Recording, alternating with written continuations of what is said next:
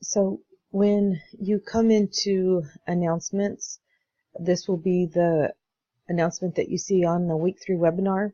So click on this week 3 webinar link and it'll open up a new window.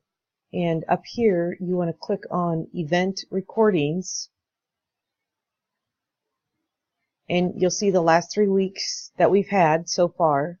So if you're having trouble accessing the other ones, which I was having trouble unless I went through this site, so I'm not sure what's going on with WebEx. But week 3 is right here. So click View Recordings. And like I said, it's going to take it a few minutes. And you're going to click one more time. Click the one at the top if you don't want the streaming one. Click the one at the top.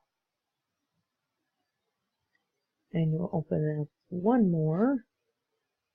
And you'll notice down here in the bottom that it's going to say like 4 minutes.